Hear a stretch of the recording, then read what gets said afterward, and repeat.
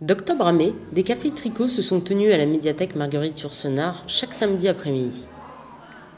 L'objectif était d'habiller des éléments de la médiathèque de tricot pour créer une œuvre collective, culturelle et ludique. Chaises, tables, arbres, livres se sont parés de belles couleurs. Il s'agissait tout simplement de faire connaître la médiathèque aux habitants en créant des rencontres entre les générations. L'inauguration, le dévoilement du projet, a eu lieu le samedi 14 juin. Je voulais vraiment remercier toutes les tricoteuses, les tricoteurs aussi, parce que c'était une très belle aventure qui a duré 9 mois, et déjà 9 mois. Et c'était une aventure humaine avant tout. Enfin, il y a ce projet de tricot, mais qui n'est pas que du tricot, et un projet créatif un peu farfelu. Savoir que cet atelier n'a pas coûté grand-chose, et c'est important que vous le sachiez. Et les laines ont été données, et c'est un élan de solidarité par la population de Faches-Tuménil. Donc,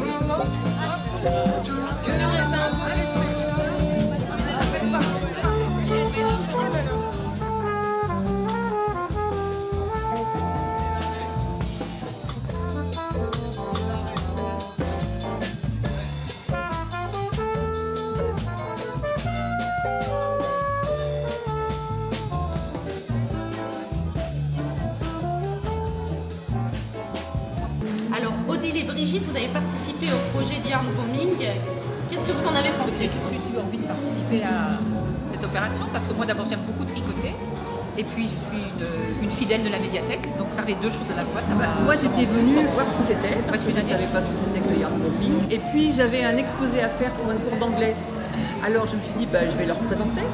Alors je suis venue voir et puis je suis restée. Et puis c'était vraiment une belle aventure toute l'année. Alors, pour ce qui concerne l'organisation, est-ce que vous pouvez expliquer comment ça s'est passé pour récupérer la laine? Est-ce qu'on l'a acheté?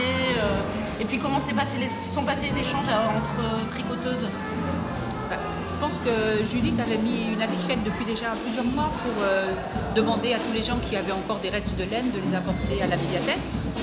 Et je crois que ça a dépassé vos espérances. Oui, vous en avez récolté des kilos et des kilos.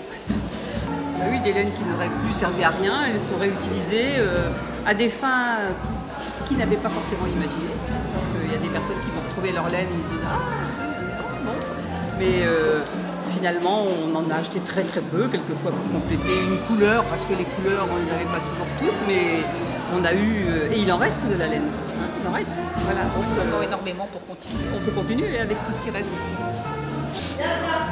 Alors moi ce que j'ai retenu du Yarn Bombing aussi, c'est qu'il y a eu un vrai lien social qui s'est créé, des personnes qui se sont rencontrées de toutes générations, des qui ont appris à tricoter à d'autres. Marion qui a appris à tricoter, qui a fait une très belle réalisation. Et bien voilà, moi j'ai appris à tricoter en octobre de cette année, donc tout au long de l'année.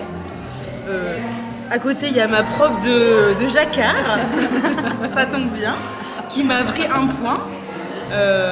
Et voilà, moi je trouve ça génial, c'est que chacun partage son expérience, ses compétences. Non, mais en tout cas c'était génial.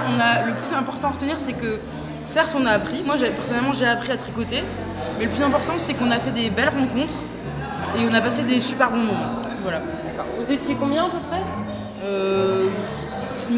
15, 20 Entre 15 et 40, ça dépend. Voilà. Oui, de 15 à 40.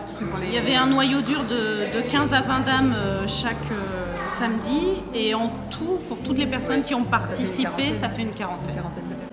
Qu'est-ce qui t'a donné l'idée de travailler cette chaise comme ça? En regardant les laines. Il y avait des laines tellement diverses et puis on était à l'automne. Donc j'ai trouvé que ça faisait des couleurs d'automne et je me suis dit que j'allais faire une chaise pour l'automne. Donc en faisant des petits bouts, en assemblant, en essayant des points, en faisant du jacquard. En testant des points un peu toutes sortes. Oui, oui, en changeant à chaque fois, en restant dans les couleurs et puis en faisant des glands, des champignons pour représenter l'automne. Voilà, c'était ma création de l'année. Alors Odile, comment t'es venue cette idée de faire cette chaise?